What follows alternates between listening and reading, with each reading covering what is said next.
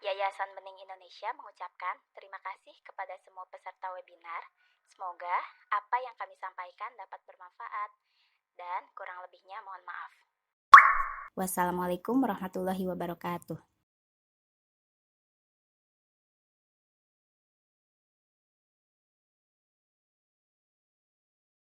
Di era pandemik ini, insya Allah kita masih bisa bersilaturahim walaupun kita dan juga khususnya belajar ya walaupun kita semua ada di rumah. Salam dan sholawat semoga tercurah kepada Rasulullah SAW, kepada keluarganya, sahabat dan juga kepada para pengikut yang istiqomah di jalan dakwah. Bapak dan Ibu semua, hari ini saya perkenalkan dulu narasumber kita, yaitu Ibu Sumarti M. Thohir, MPD, yang alhamdulillah beliau adalah direktur dari Yayasan Bening Indonesia. Yayasan Bening Indonesia adalah yayasan yang bergerak di bidang pendidikan dari tahun 2004. Ya, dari tahun 2004 dan saat ini memiliki 5 sekolah pendidikan anak usia dini, 1 sekolah dasar, 1 homeschooling ya, homeschooling SMP Bening, dan rumah Quran, serta sekolah orang tua. Ya, baik saya bacakan biodata Ibu Sumarti, kandidat doktor. Mohon doanya, amin. Pendidikan S1 di IKIP Malang, Pendidikan Bahasa Indonesia, S2 di UNJ, Pendidikan Bahasa Indonesia. Pendidikan profesinya adalah diploma Montessori dan narasumber neuroscience terapan. Kurikulum yang beliau bawa dan kembangkan adalah kurikulum Tarbiyah Project. Profesi beliau dosen, penulis buku, trainer, narasumber, sahabat keluarga. Lembaga beliau yang hingga saat ini masih menghasilkan banyak karya, yaitu Pustaka Harti Edu Center sebagai lembaga pelatihan dan pengembangan program neuroliterasi anak dan keluarga, juga Yunindra, PGRI Jakarta, dan Bening Indonesia Foundation. Aktivitas organisasi, Direktur Operasional Pustaka Hati Edu Center Depok, Direktur Pendidikan Yayasan Bening Indonesia Bogor, Ketua 2 Yayasan Pendidikan Bakti Wanita Islam Pusat Bidang Kurikulum. Karyanya adalah pemilik hak cipta, model pengembangan bahasa Indonesia anak usia 4 hingga 8 tahun, dengan metode dengan merek CBI Fonik, dan 50 judul buku cerita anak dan buku panduan pengasuhan anak. Masya Allah. Semoga hari ini kita bisa belajar banyak walaupun jadwal kita hanya 1 jam, dikurangin nanti beberapa menit, Bu Marti, maka kami berikan Bu Marti kesempatan selama 30 menit untuk menyampaikan materi pada hari ini. Hari ini pada pukul 8:30 hingga 9:30 adalah orang tua dan guru yang berkumpul untuk memahami dan mempelajari di level pendidikan anak usia dini, level 0 sampai 6 tahun. Terima kasih Ibu Marti, saya persilahkan kepada Ibu untuk bisa memulai. Baik, terima kasih Bu Nastiti. Assalamualaikum warahmatullahi wabarakatuh. Waalaikumsalam warahmatullahi wabarakatuh. Ya, kepada teman-teman semuanya, saya lihat ini dari seluruh Indonesia ada wakilnya. Hari ini kita akan bersama-sama membahas tentang bagaimana kita mendampingi anak di era pandemi sekarang ini. Yang perlu kita samakan persepsinya sekarang ini adalah istilah yang kita gunakan. Sehingga dari istilah itu kita punya kesepakatan apa yang akan kita kerjakan. Bu Nasiti, tolong dibantu untuk baik, mohon maaf ini lagi proses pengiriman ke ke admin, Ibu. Oke, baik, ke admin silakan. Ya, sambil menunggu admin menayangkan screen-nya, bahwa yang pertama yang harus kita pahami bahwa pandemi ini adalah bagian yang terbaik yang harus kita syukuri, karena pada akhirnya kita memberikan kesempatan seluas-luasnya kepada masyarakat dan orang tua untuk mendidik anaknya secara langsung. Nah, jadi teman-teman, penyamaan persepsi ini penting agar apa? Ketika kita punya persepsi yang salah tentang apa yang akan kita lakukan, maka akan berdampak dengan apa yang akan kita kerjakan. Jadi bagi kita semua bahwa pandemi ini adalah sesuatu yang harus kita syukuri. Ya. Contoh kecil saja, kalau saya sendiri sekarang ini ya dengan pandemi ini bukan tambah istirahat, tapi ternyata tambah bekerjanya nggak bisa istirahat gitu. Jadi bekerjanya 24 jam gitu. Nah, kelasnya juga semakin banyak karena apa? Kita tidak habis di jalan gitu. Setelah ini nanti kelas mana seperti itu. Jadi artinya tidak ada hal lain yang bisa kita ucapkan selain harus kita syukuri. Ya. Nah, mohon semuanya mudah-mudahan ini kita semua sepakat. Nah, yang kedua, fakta. Saya yakin ayah bunda sudah melakukan pembelajaran jarak jauh selama ini, PJJ ya, belajar di rumah atau apalah namanya. Nah, alhamdulillah saya pelaku homeschooler sudah cukup lama ya, karena memang dari awal kita punya program bahwa anak-anak itu saya berharap saya yang akan mengajarkan untuk beberapa keterampilan dasar. Ya. Meskipun saya jujur saja untuk keterampilan Al-Quran bukan saya yang mengajari untuk anak-anak. Harusnya sih keterampilan Al-Quran, keterampilan baca tulis itu adalah ibunya. Nah, namun begitu pemahaman orang tua tentang pendidikan keluarga, tentang pendidikan untuk anaknya itu masih perlu kita bantu. Mereka sebagian besar ya merasa bahwa dengan anaknya menyekolahkan ke sekolah kita semuanya beres gitu. Bahkan untuk urusan-urusan yang harusnya itu ranah rumah itu juga harus diberesin di sekolah. Jadi misalnya anaknya suka ngambek di sekolah karena tidak bisa bangun pagi gitu. Maka kalau bisa gurunya gimana tuh bikin alarm kayak atau apa. Jadi hampir semua aktivitas yang harusnya di rumah itu dipindahkan ke sekolah. Ya. Saya memanai COVID ini memberikan peluang kita untuk mengembalikan beberapa porsi yang memang itu harus di rumah, ya harus dilakukan di rumah. Yang harus dilakukan di sekolah, ya harus dilakukan di sekolah.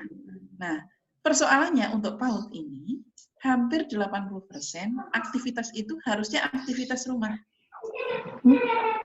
Apa maksudnya 80% itu harus aktivitas rumah? Ya. Nah, aktivitas misalnya memakai baju, makan, itu kan harusnya di rumah ya Bu ya. Tapi yang menjadi persoalan sekarang ini hal-hal yang tadi saya sebutkan dilakukan juga di sekolah ya. Karena satu dan yang lain hal. Ya, oke. Nah, lanjut untuk kesepakatan istilah saya rasa sudah. Kita langsung ke slide yang keempat, Pak Yasin atau Bu Ani. Slide yang keempat. Mohon dibantu slide yang keempat. Nah, ya piye carane ngopi?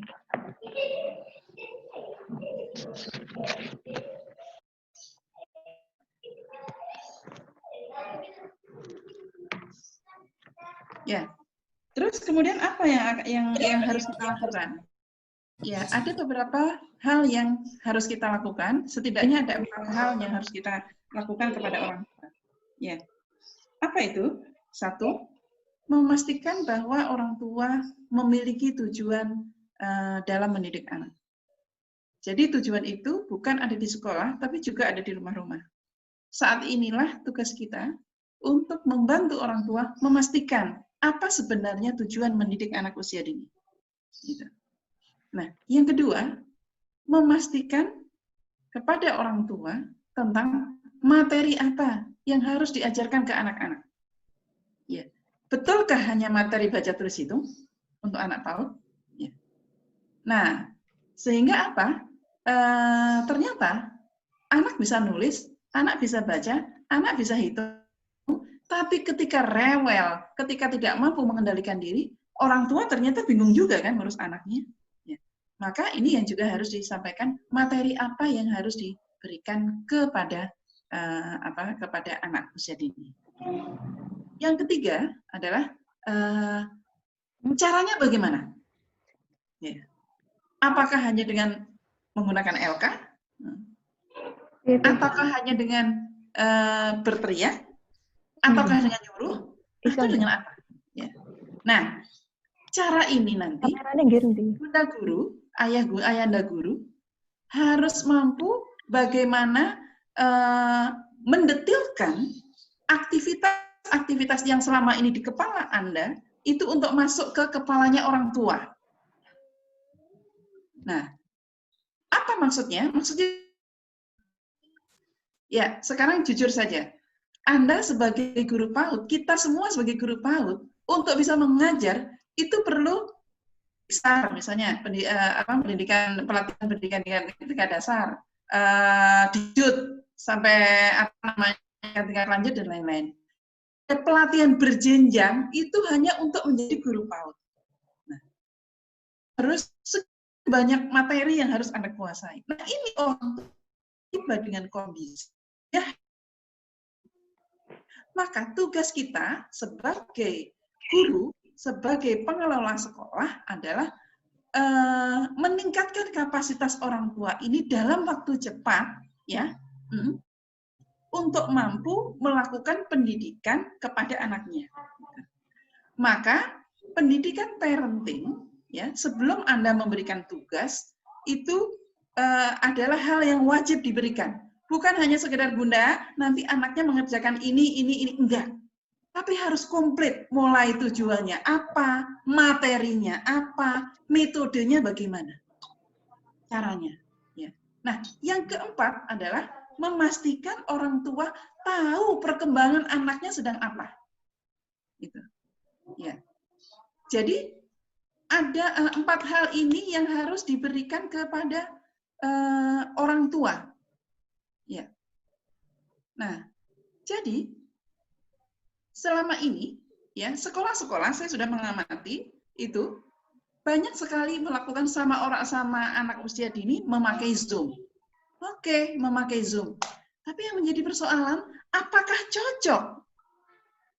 Anak langsung ke sekolah saja, ketemu gurunya, itu masih sering salah tangkap materi. Apalagi sekarang via Zoom. Kita saja yang orang dewasa, gitu ya, via Zoom aja dengan ngunyah-ngunyahnya lama. Oke lah kalau misalnya Zoom-nya itu hanya untuk celebrate ini, aku sudah, oke, nggak masalah. Tapi kalau tutorialnya juga melalui Zoom, saya rasa menjadi tidak efektif. Nah, itu. Jadi ada 4 hal itu ya, yang harus diberikan kepada orang tua. Yang pertama adalah mengenai masalah memastikan orang tua paham tujuannya, terus kemudian materinya, terus kemudian metodenya, dan yang terakhir adalah bagaimana cara mengevaluasinya. Ya, baik. Sekarang mari kita telaah satu demi satu ya, tentang memastikan orang tua memahami apa itu tujuan pendidikan. Ya, Bu Nas, apakah sudah bisa di di-share?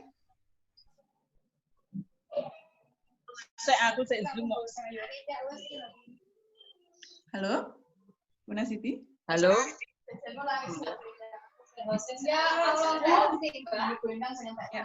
Yang pertama ya, sambil menunggu di skrip itu bahwa tujuan. Sekarang ini kalau saya tanya misalnya, apa tujuan pendidikan anak? Pasti ya sekarang masuk ke kesepakatan ISIL sudah, sekarang masuk ke ini Bu Nastiti, slide yang ke-6. Mohon slide yang ke-6. Ya. Nah, ini menyiapkan program belajar di rumah. Yang pertama adalah memastikan orang tua memahami tujuan pendidikan anak. Ini dipastikan semuanya Muslim ya? Mudah-mudahan kalaupun telah ada yang non-Muslim, saya mohon maaf, saya melihat dari kacamata pendidikan Islam. Ya, nanti silahkan disesuaikan. Baik, yang pertama adalah memastikan orang tua memahami tujuan pendidikan. Apa tujuan pendidikan anak dalam Islam? Yang pertama adalah menjadi seorang Muslim yang baik. Islam, tapi bagaimana orangnya itu menampilkan sebagai seorang Muslim yang baik. Yang kedua adalah menjadi warga negara yang baik. Jadi tujuan pendidikan Islam itu secara keseluruhan adalah menjadi Muslim yang baik dan warga negara yang baik. Gitu. Nah, kalau di Barat itu tujuannya hanya satu, be a good citizen, menjadi warga negara yang baik. Gitu. Jadi ini saya akan memastikan juga, menggelitik juga kepada ayah dan bunda yang itu. Sekolah kan biasanya kan punya visi misi tuh. Biasanya menjadikan anak yang akhlakul karimah bla bla bla bla bla dan lain-lain. Jika saya tanya satu apa maksudnya? Iya. Tidak bisa bisa juga tidak bisa mendetailkan. Nah, tapi kalau menjadi seorang Muslim yang baik, ya, tampilannya itu sudah jelas. Adanya di akhlak. Jadi, bunda dan ayah yang hari ini bergabung, kurikulum boleh berubah boleh berganti setiap ganti menteri, nggak apa-apa. Tapi kita sebagai seorang Muslim, kita sebagai orang tua, ya harus tahu tujuannya apa kita mendidik anak. Jadi tujuannya hanya menjadi seorang Muslim yang baik dan warga negara yang baik. Oke. Ya, slide yang ke-7, Bu Nas. Slide yang ke-7. Iya, mohon maaf ini lagi tukeran host. Tukeran host. Pak Yasin, silahkan slide ke-7. Sudah. Sudah. Oke, baik. Nah, ini sebagai contoh saja ya. Sebagai contoh, ini yang ada di yayasan kami, di Yayasan Bening Indonesia. Yayasan Bening Indonesia mendefinisikan seorang Muslim yang baik itu dengan 3 hal, yaitu berani, beradab, dan berkarya. Apa maksudnya berani? Menyampaikan kebenaran disertai dengan tanggung jawab. Nah, menjunjung tinggi dan melaksanakan kesepakatan bersama. Nah, jadi itu identifikasinya. Berkarya apa? Yang dimaksud dengan berkarya, anak memiliki karya yang bisa dipersembahkan untuk umat. Karya bisa berwujud yang tangible. Tangible itu artinya berwujud, ya. Dia misalnya punya lukisan, dia punya dia mampu bercerita. Kalau yang tidak berwujud, ternyata dia mampu mengendalikan teman-temannya, atau ternyata dia sangat rajin untuk memungut sampah. Nah, itu juga bagian dari karya. Ya. Karya yang intangible, artinya karya yang tidak berwujud. Ya. Artinya akhirnya apa? Jadi semua anak yang ada di lingkungan kita, ya, mohon maaf saya ini menggunakan contoh di yayasan kami, ya, termasuk anak berkebutuhan khusus pun, ketiga hal ini juga harus menjadi output nanti dia lulus dari tempat kami, gitu. Dia tidak bisa ngapa-ngapain, dia buta, dia hanya bisa menghafalkan Al-Quran. Ya, karyanya dia adalah menghafalkan Quran itu, gitu. Dia berbicaranya susah, dia menggunting saja nggak bisa, sehingga nggak mungkin lah dia harus membuat kolase dan lain-lainnya. Tapi dia menalinya bagus, ya akhirnya craft-nya diajarinlah ya, bentuknya tali menali, gitu. Jadi teman-teman, tujuan ini ya yang Anda sudah punya di sekolah, atau kalau Anda orang tua murid, ya lihatlah juga apa yang dilakukan oleh sekolah atau apa tujuan yang dilakukan oleh sekolah, itu sehingga Anda bisa mengcombine atau bisa mengambil manfaat dari tempat sekolah anak Anda berada. Gitu. Nah, repotnya itu kalau yayasan di sini juga nggak tahu tujuannya apa, nggak punya visi gitu. Nah, kalau misalnya kebetulan yayasannya nggak punya visi atau sekolahnya nggak punya visi, ya kita sebagai orang tua yang harus membuat visi untuk keluarga kita. Jadi kalau meminjam istilahnya Bu Dina Syarifah, itu adalah bagaimana membumikan tujuan negara ke level keluarga. Gitu. Nah, tujuan yang apa yang saya sampaikan ini tidak bertentangan dengan undang-undang kita. Undang-undang kita di Undang-Undang Sisdiknas itu adalah membentuk manusia yang bertakwa. Bertakwa itu kan berarti kalau seorang muslim ya seorang muslim yang baik, kalau dia seorang Nasrani ya seorang Nasrani yang baik kan gitu. Dan bla bla bla bla. Kita bisa melihat di tujuan pendidikan nasional. Jadi artinya apa yang kita lakukan insya Allah tetap sejalan dengan ini. Lanjut yang ke-8. Tolong dibantu slide yang ke-8. Ya, ini. Nah, materi apa yang tepat? Nah, materi itu ada 2 jenis, Bunda. Ada materi yang fardu ain dan materi yang bersifat fardu kifayah. Fardu ain itu artinya adalah materi yang berlaku pada setiap orang. Jadi semua orang harus bisa.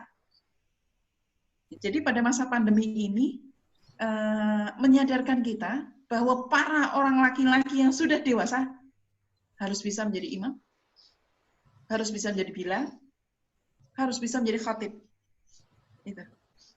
Nah, sekarang ini kalau sekolah-sekolah Islam kita tidak membekali sungguh ya keterampilan fardu ain ini nanti dan lebih mengejar kepada calistung, kita khawatir nanti anak laki-laki yang sekarang ini kita didik di PAUD kita, ketika berkeluarga dia tidak bisa menjadi imam sholat. Gitu. Ya, mudah-mudahan tidak. Oke. Terus kemudian yang kedua adalah fardu kifayah. Ya. Fardu kifayah artinya adalah kecakapan khusus yang disesuaikan dengan peminatan anak agar dapat mengabdi secara optimal. Jadi kecakapan di fardu kifayah ini harus juga diabdikan untuk kepentingan umat manusia. Artinya apa? Peminatannya atau kecakapannya adalah hal-hal yang baik dan benar. Ya. Nanti untuk yang fardu kifayah akan saya bahas lebih panjang ketika di level SMP. Untuk level PAUD, yang fardu ain menempati persentase 80%. Nah, yang 20% apa? 20% adalah kemandirian dan kecakapan. Gitu. Jadi, apa yang fardu ain itu? Adab, akidah, syariah, dan muamalah. Ya, mari kita detailkan. Ya, tolong yang ke-9, Pak Yasin, lanjut. Ya. Bentuk kegiatannya, ini langsung ke kegiatan dulu ya, diintegrasikan dengan aktivitas sehari-hari, menggunakan alat dan bahan yang ada di rumah dan dapat melakukan pengolahan secara mandiri. Nah, ini Bunda yang sekarang Bunda sebagai guru atau pengelola sekolah, seringkali di beberapa kegiatan saya lihat adalah menggunakan LK. Nah, LK memang sangat efektif. Akan tetapi LK jika tidak dalam bentuk aktivitas, maka tidak akan meningkatkan kompetensi yang bersifat langsung, yang bersifat keterampilan kepada anak-anak. Jadi justru sebaiknya LK itu dibuat oleh anak dan orang tua, bukan kita memfotokopikan LK. Itu. Jadi misalnya Anda mengajarkan tentang konsep bunyi A misalnya. Oke, silakan gambar benda-benda yang ada di sekitarmu yang ada bunyi A-nya.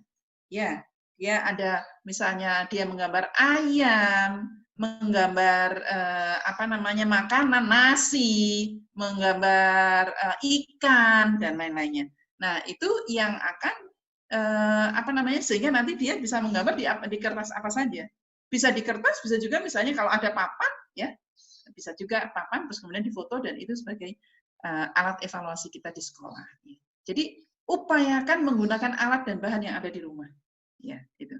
Nah, yang ketiga adalah anak dapat melakukan pengulangan secara mandiri. Jadi dari aktivitas yang sudah kita siapkan, setelah itu anak bisa melakukan secara mandiri. Nah, ini yang akan membantu orang tua. Nah, apalagi orang tuanya sekarang di rumah ya, dengan bekerja dari rumah, itu bukan mereka nganggur, gitu. Jadi kemarin kami di Bening juga diprotes, ya. Kami di Bening itu memberikan program ke orang tua, itu ada tujuan, ada deskripsi, ada alat dan bahan, ada alat evaluasi. Ada yang protes, kenapa nggak dikasih LK saja? Kenapa nggak dikasih kali-kalian atau mewarnai? Nah, akhirnya kita buatlah itu kelas parenting. Apa dan mengapanya. Dan alhamdulillah akhirnya orang tuanya menyadari dan bisa bekerja sama dan paham maksudnya kita. Jadi ayah bunda, kelas parenting itu sangat perlu. Ya. Lanjut, yang ke-10 Pak Yasin. Yang ke-10, ya. Nah, membantu orang tua, nah ini perkembangan belajar anak menyusun instrumen sederhana yang mudah diisi dan dibaca. Nah, dan khusus untuk PAUD, mendokumentasikan kegiatan terutama yang fardu ain. Fardu ain apa saja? Mari kita lihat di rincian. Silakan nomor 11 diklik Pak Yasin. Ya. Oke, ya ini rincian materi yang fardu ain. Untuk 0 sampai 2 tahun itu sensori dan gerak, materinya adalah istinja. Istinja itu ini ya, cebok ya, Bu ya. Tapi itu maksudnya istinja ini bukan anaknya suruh istinja, tapi memastikan kita sebagai orang tua itu melaksanakan istinja dengan benar. Maka harus ada SOP-nya. Ya, misalnya kalau BAB, BAK itu bagaimana cara membersihkannya. Nah, itu harus jelas ke orang tua. Terus kemudian prosesi sholat itu fokus pada waktu. Jadi anak-anak mulai dari 0 tahun itu harusnya sudah dibangunkan, subuh dibangunkan, zuhur dibangunkan, zuhur diajak, meskipun dia hanya lihat saja atau dia mengikuti saja. Kenapa? Karena ada perubahan suhu antara malam dengan pagi, antara pagi dengan siang, dan perubahan itulah yang akan menjadi kodenya nanti ketika dewasa, dia akan melakukan sholat 4 waktu. Tata cara sholat, itu bukan ini takbir, itu belum. Dia lihat aja, semuanya dalam bentuk visual. Nah, semua dalam bentuk sensori visual. Terus kemudian apa? Memperdengarkan Al-Quran. Jadi bukan alibata sajim khakoknya dulu ibu dan bapak.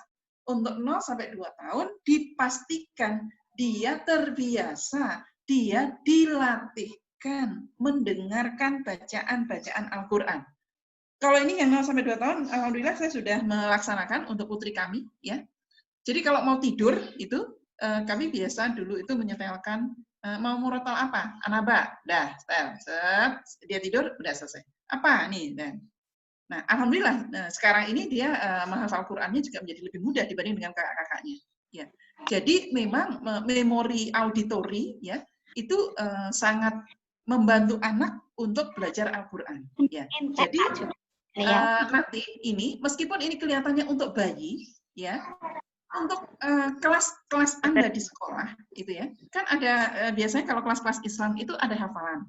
Maka ada baiknya kita menyiapkan rekaman yang sudah dipotong-potong, sehingga apa?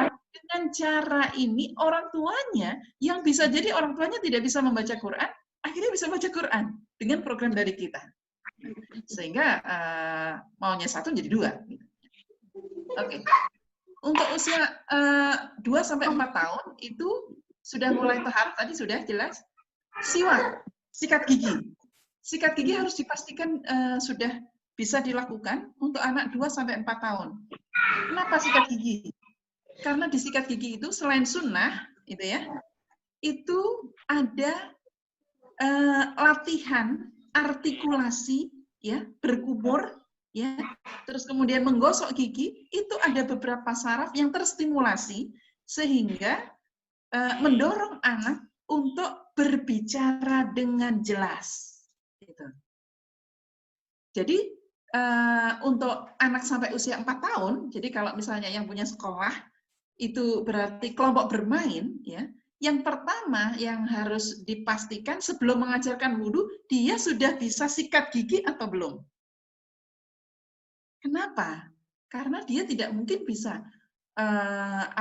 berkumur secara sempurna kalau dia belum bisa sikat gigi. Gitu. Contohnya begitu. Prosesi sholat ya ini fokus masih pada waktu sama tata cara, maksudnya adalah gerakan sholat. Ya, jadi nggak apa-apa dia tiba-tiba hanya rukuk saja atau tiba-tiba glosor sujud saja, nggak tidak apa, asalkan kita menamai, oh adik sedang sujud ya, atau ketika dia mengangkat tangan, oh adik sedang takbiratul ihram. Jadi jangan semuanya adik sedang Allah. Nah ini yang seringkali para orang tua. Sebentar ya, ibu mau Allah dulu. Tidak mengatakan itu sholat. Jadi penamaan ini menjadi penting. Apa kegiatannya dan aktivitas itu dinamain apa? Ya. Maka di SOP yang Anda berikan kepada orang tua itu harus jelas. Misalnya, ajak wudhu misalnya, ajak anak ke kamar mandi atau ajak anak ke tempat wudhu. Terus kemudian pastikan anak sudah menggulung tangannya, menggulung celananya kalau misalnya dia pakai celana panjang gitu. Membuka kerannya. Nah, itu harus betul-betul clear dan detail. Bayangkan ketika Anda mengajar di sekolah dan itu dilakukan di rumah. Itu kenapa pentingnya SOP. Terus sirah Nabi Muhammad. Ya, ini penting. Nah, sirah Nabi Muhammad itu bukan hanya diceritakan terus kemudian menceritakan kembali, bukan. Harus ada aktivitas fisiknya. Ya. Jadi misalnya, ya, kita menceritakan tentang Nabi Muhammad saat penyerangan Abrahah. Abrahah menyerang Ka'bah. Dan pada waktu hari itulah Muhammad dilahirkan. Maka Anda bisa menggunakan kardus yang ada di rumah. Kalau Anda punya balok, bisa ada yang ada di rumah. Bisa dramatisasi, bisa dilakukan dengan membangun Ka'bah. Terus kemudian kalau misalnya Anda punya kuda-kudaan di rumah atau gajah atau gambar gajah dan lain-lainnya. Sehingga apa? Anak-anak itu bukan hanya mendengar, tapi visualnya, sensorinya itu juga harus dieksplorasi untuk mengajarkan sirah ini. Jadi bukan hanya sekedar, jadi silakan ceritakan kembali, siapa tadi tokohnya? Enggak. Gitu. Nah, yang berikutnya, orang tua juga perlu diberikan pembekalan bagaimana cara menghubungkan apa yang terjadi dengan sirah itu dengan kehidupan sekarang. Misalnya, saya masih menggunakan cerita Abrahah. Ya, jadi cerita Abrahah itu ada loh di dalam Al-Quran, adanya di surat Al-Fil. Yuk kita hafalkan surat Al-Fil atau kita baca surat Al-Fil gitu. Nah, sehingga apa? Ketika anak menghafalkan, dia paham bahwa itu pernah terjadi, ya. Dan yang satu lagi, bagaimana Abu Talib menyerahkan urusan itu kepada Allah. Jadi di salah satu kisahnya, di kisah penyerangan Abrahah itu, ketika Abrahah bilang kepada Abdul Muthalib, "Hei Abdul Muthalib, kok kamu ngurusin unta kamu? Kenapa kamu nggak ngurusin Ka'bah?" Abrahah, kau ya, itu Abrahah itu rumah Allah. Allah yang ngurus. Kalau unta itu punyaku, maka aku nguruslah unta itu. Nah, ini ada pelajaran berharga. Kita bisa memberikan pemahaman kepada anak-anak, ada bagian-bagian yang itu hanya Allah urusannya. Jadi nggak usah diurus. Misalnya, kenapa kita tidak bisa melihat Allah? Ya emang Allah maunya nggak mau dilihat. Gitu. Kenapa Allah besar? Ya emang Allah beda sama kita. Jadi, jangan hanya sekali lagi nih ya, untuk masa 2-4 tahun ini mengenalkan kisah Nabi, mengenalkan Allah, ya, mengenalkan rukun iman, rukun Islam, itu jangan hanya dihafal. Tapi ada konsep-konsep penting yang kita masukkan dalam perbincangan sehari-hari. Bu, kalau Allah itu pernah marah nggak? Enggak, Allah nggak pernah marah. Nah, ingat kata-kata. Sering kali orang tua mengatakan, nanti kalau kamu nggak sholat, Allah marah ya. Enggak, Allah nggak ada marah. Coba, ada nggak di dalam Al-Quran?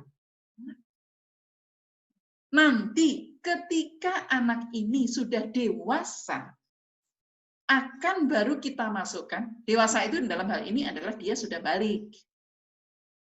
Tentang siksa dan lain-lain. Nah, untuk 0 sampai 6 tahun, kita harus mencitrakan, harus memesonakan bagaimana Allah itu betul-betul menjaga anak-anak kita.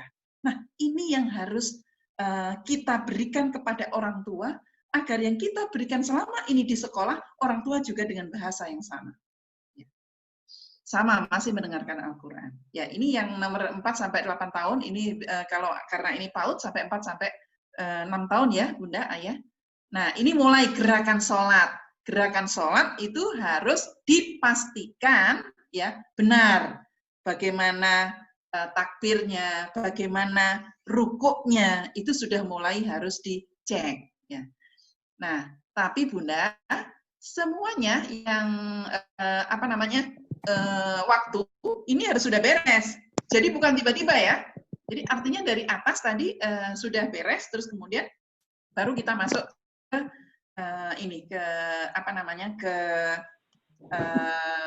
gerakan. Nah, terus kemudian tadi ada adab, ya.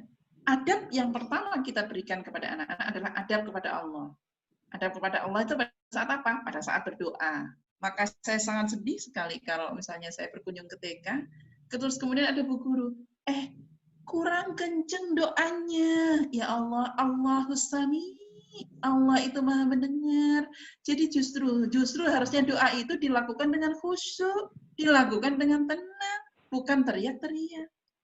Gitu. Ayo, gak kedengeran nih Bu Guru.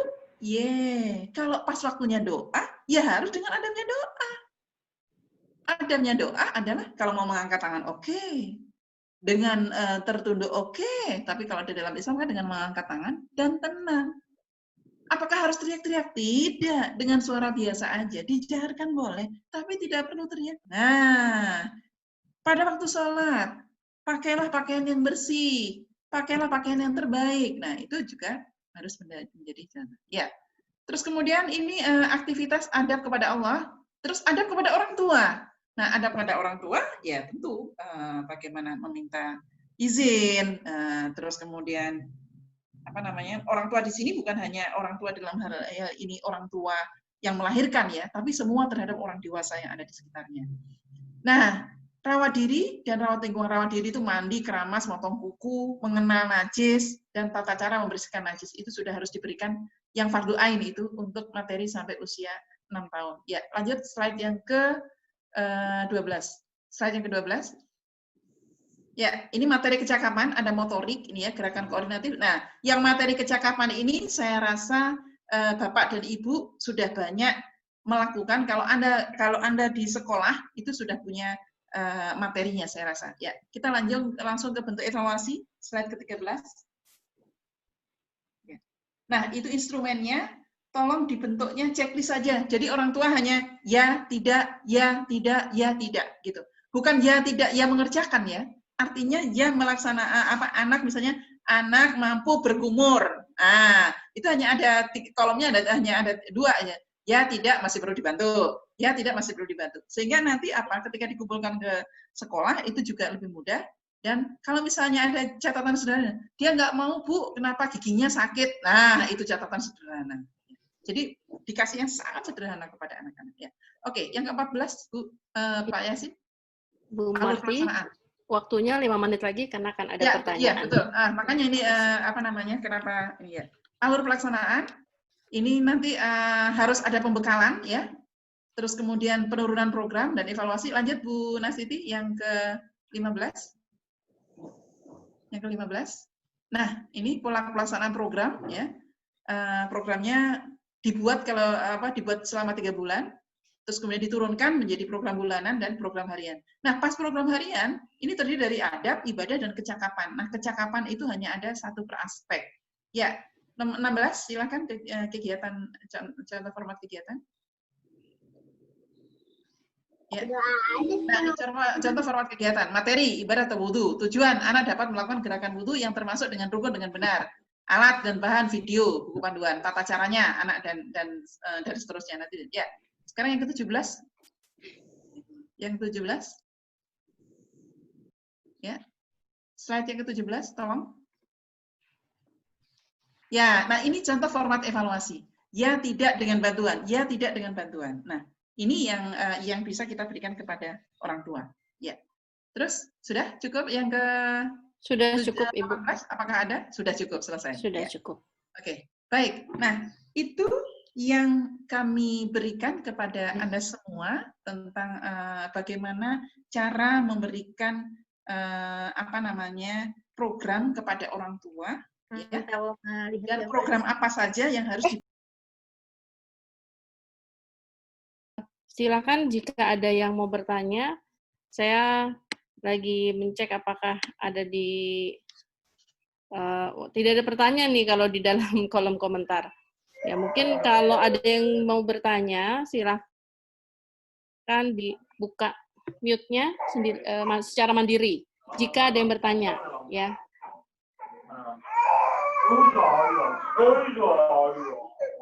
Pak Yasin, tolong di mute all lagi.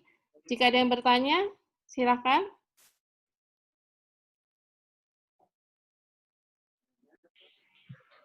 Nih, hati-hati nih.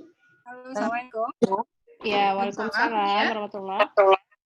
Saya mau tanya. Ibu Yuli ya. Baik, yang lainnya mohon di-mute dulu. Ibu Yuli, silakan.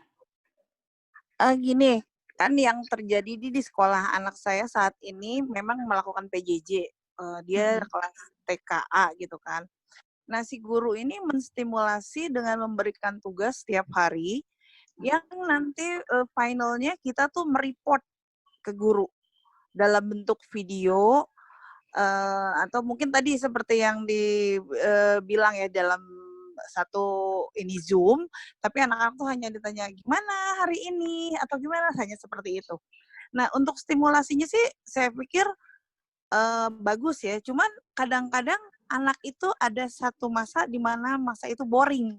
Nah, itu kan saya nggak bisa maksa tuh kan. Yes. Nah, itu ada saran nggak? Gimana? Apakah kita harus tetap, nggak bisa, kamu ini harus tugas dari sekolah kamu, atau kita biarkan saja? Udah itu aja, terima kasih. Assalamualaikum. Waalaikumsalam. Terima kasih Bu Yuli. Terima kasih Bu Yuli. Ya, kita kembali kepada tujuan pendidikan kita adalah bagaimana menjadikan anak kita seorang Muslim yang baik. Gitu. Nah, orang yang baik gitu.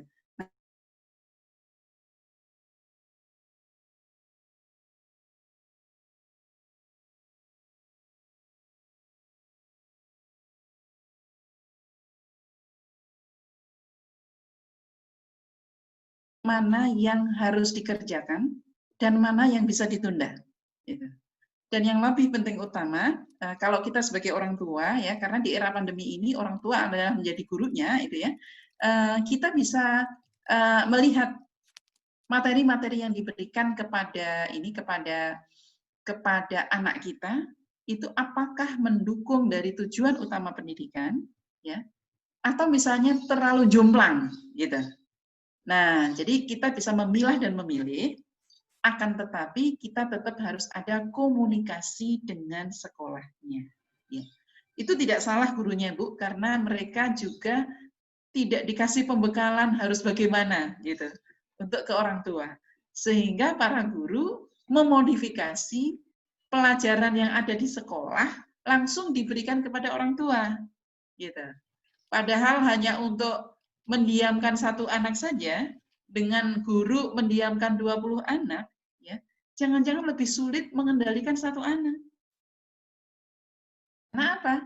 Anak-anak di rumah itu adalah rumahnya sendiri, tidak ada aturan, dan dia bisa bebas kemana saja.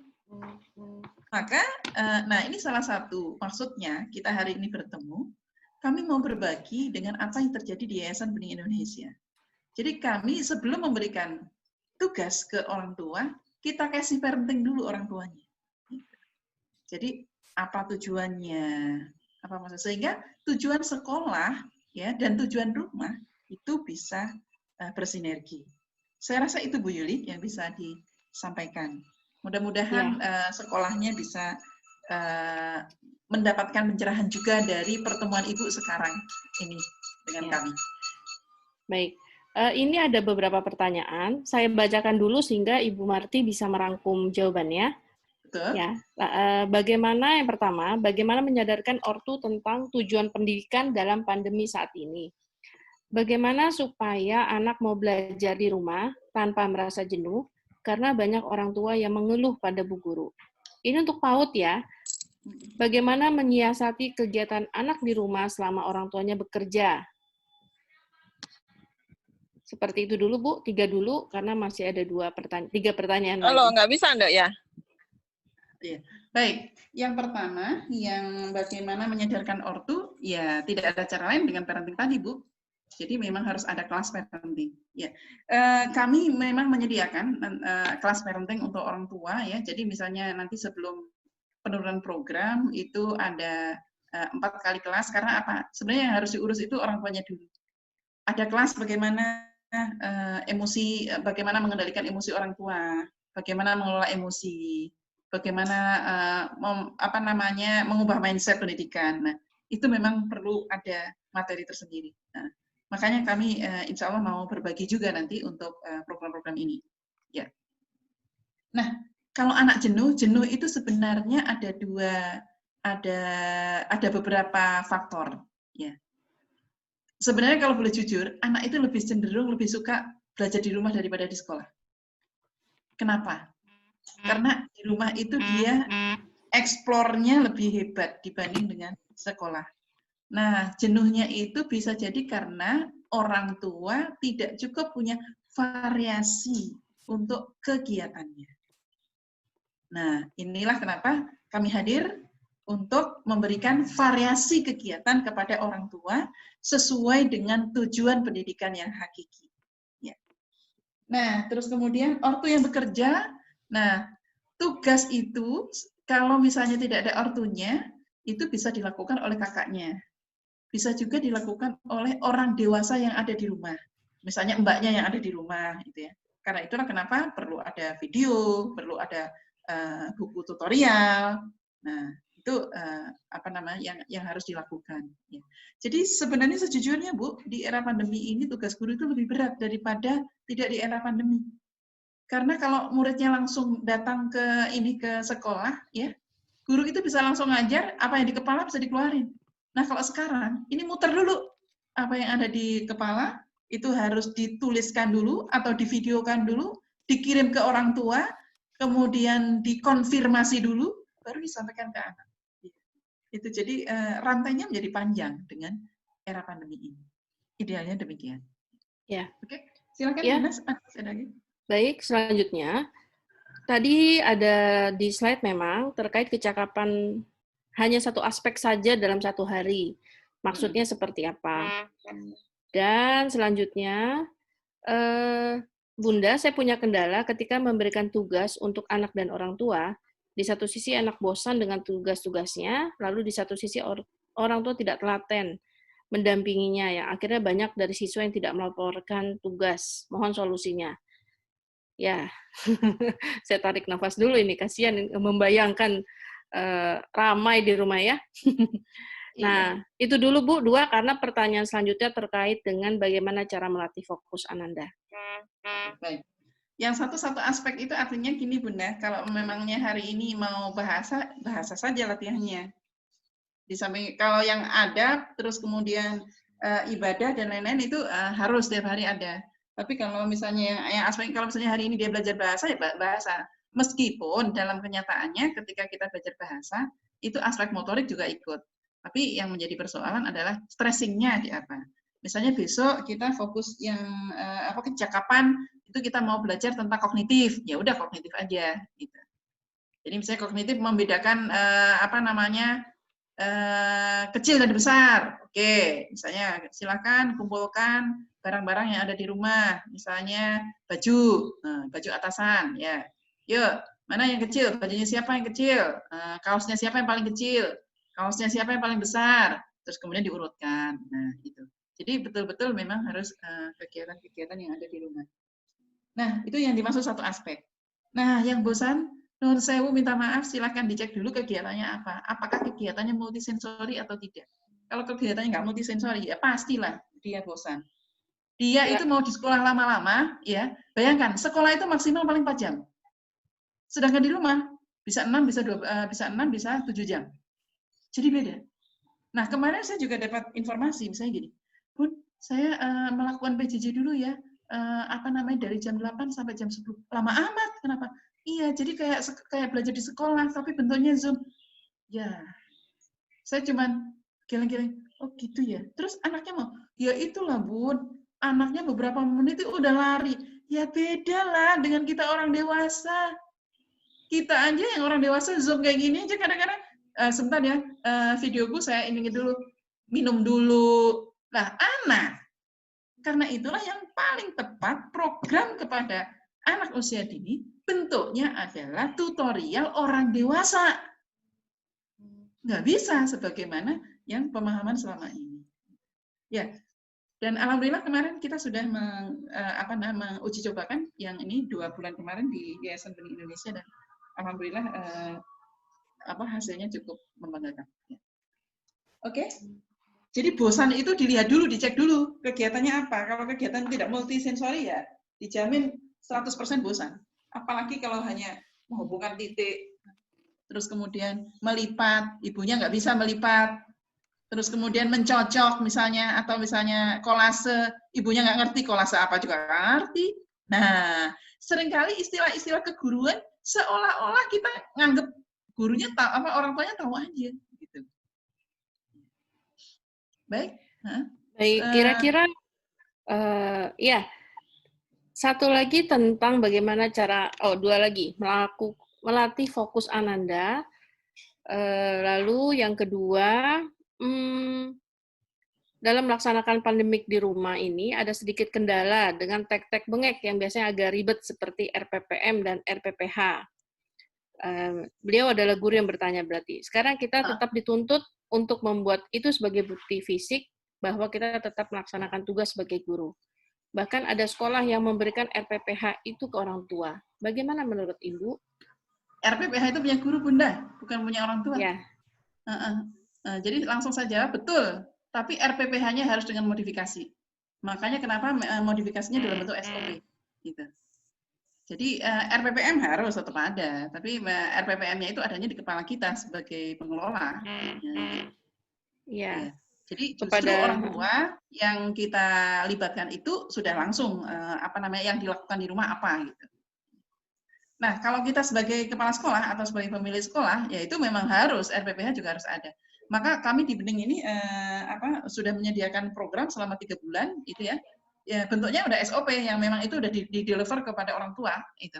Terus kemudian ada juga nanti ada sekitar 24 video ya yang misalnya itu bisa di-share ke orang tua. Gitu. Iya. Mungkin bisa dijelaskan multisensori itu apa, Bu? Sedikit, kita ada 2 menit deh. Iya nih, Mbak Andri, sehat ya Mbak? Mudah-mudahan Jember sehat. Ya. Oke, multisensori itu artinya adalah yang melibatkan banyak sensor. Ya, misalnya mengajarkan tentang bilangan, itu. Ya, mengajarkan tentang bilangan. Kalau di rumah, ya, yang pertama adalah memastikan ada benda-benda yang warnanya sama, bentuknya sama. Apa yang ada di rumah yang warnanya sama, bentuknya sama? Sendok, misalnya. Ya, jadi misalnya anak-anak orang tua menyediakan 10 sendok. Nah, terus kemudian 1 berarti sendok 1. Nah, terus kemudian 2 berarti sendok 2. Nah, 3 sendok 3. Berarti sudah 3, 2, 1 kan 5 ya. Nah, terus kemudian masih ada sisa berapa? Sampai misalnya 3. Berarti belajar hitungnya itu dengan menggunakan sendok itu gitu. Nah, terus kemudian aku mau yang lain, iya, tapi coba cari barang yang bentuknya sama, warnanya sama. Apa ya? Oh iya, saya punya. Apa? Misalnya saja, oh stick es krim. Nah, misalnya ada. Oh, tutup botol. Oh, ini. Oh, berarti kalau sepatu nggak bisa ya karena ada kanan kiri. Oh iya. Jadi memang kita yang dalam bentuk SOP itu, dalam bentuk deskripsi, kita memang betul-betul mendirect orang tua apa yang harus dilakukan, alatnya apa, caranya bagaimana, dan apa yang dilaporkan ke kita. Gitu. Misalnya ketika anaknya tadi naruh sendok itu ya, terus kemudian difoto dikasihkan ke kita. Nah, jadi lebih sederhana. Apakah memang betul ketika ibu bilang 1, dia ngambil sendoknya 1, jangan-jangan ngambil sendoknya 2. Gitu. Oke. Ya. Baik, Ibu Marti, ini ada beberapa pertanyaan, namun saya tidak bisa jawab karena waktunya sudah habis dan akan kami jawab di dalam grup. Bapak dan Ibu semua, insya Allah acara Open Mind ini memang untuk sebagai pembuka. Wajah saya nggak ada. Acara Open Mind ini sebagai pembuka bahwa insya Allah kami ingin sekali membantu Bapak dan Ibu untuk beberapa program. Ya, jadi ada program yang bisa digunakan jika anaknya sudah terdaftar di sekolah lain, tetapi ingin tetap mendapatkan bimbingan belajar, itu juga kami sediakan. Tetapi ada juga sekarang yang anaknya baru mau masuk lalu bingung ya karena TK itu juga semua libur ya Bu Marti ya, maka kami juga membuka homeschooling untuk PAUD, tetapi prinsipnya di sini adalah kami bukan hanya memberikan tugas-tugas kepada anak-anak, namun justru kami akan mengajak orang tua mengajarkan bagaimana caranya menstimulasi anak ya, dan itulah yang kembali kepada anak usia dini bahwa tanggung jawab pembelajaran, tanggung jawab menumbuhkan fitrah, dan tanggung jawab menanamkan adab itu ada pada orang tua. Ya, berkaitan dengan kesimpulan yang tadi ya bahwa hal-hal yang memang sekarang kita kembali refleksikan ya, apakah anak-anak kita secara fardu ain itu sudah tuntas. Tapi ini baru usia PAUD, maaf ya. Kita bisa memulai menstimulasi dan kita perhatikan benar-benar. Jangankan untuk usia PAUD, mungkin anak-anak bagi orang tua yang punya anak usia SMP ketika sekarang dalam masa WFH mungkin terkaget-kaget ya. Wah, ternyata anak saya wudunya juga belum benar. Wah, sholatnya belum ini gitu, banyak hal. Ya, jadi nanti di dalam grup insya Allah akan kami sampaikan rincian program, dan untuk pertanyaan-pertanyaan kami mohon maaf akan kami jawab di dalam grup.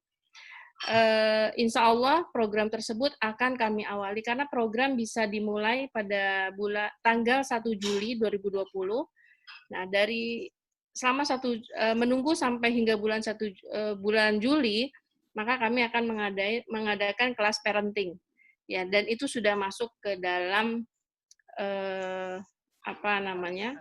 ke dalam program ya. Baik Bapak dan Ibu semua, saya mohon maaf atas kendala teknis dan juga kekurangan pada hari ini. Semoga kita bisa berjumpa lagi ya. Mohon maaf lahir batin. Terima kasih dari kami Yayasan Bening Indonesia. Saya tutup dengan hamdalah. Alhamdulillahirabbil alamin. Subhanakallahumma wa bihamdika asyhadu an la ilaha illa anta astaghfiruka wa atubu ilaik. Assalamualaikum warahmatullahi wabarakatuh. Waalaikumsalam. Terima kasih. Terima kasih Bu Marti.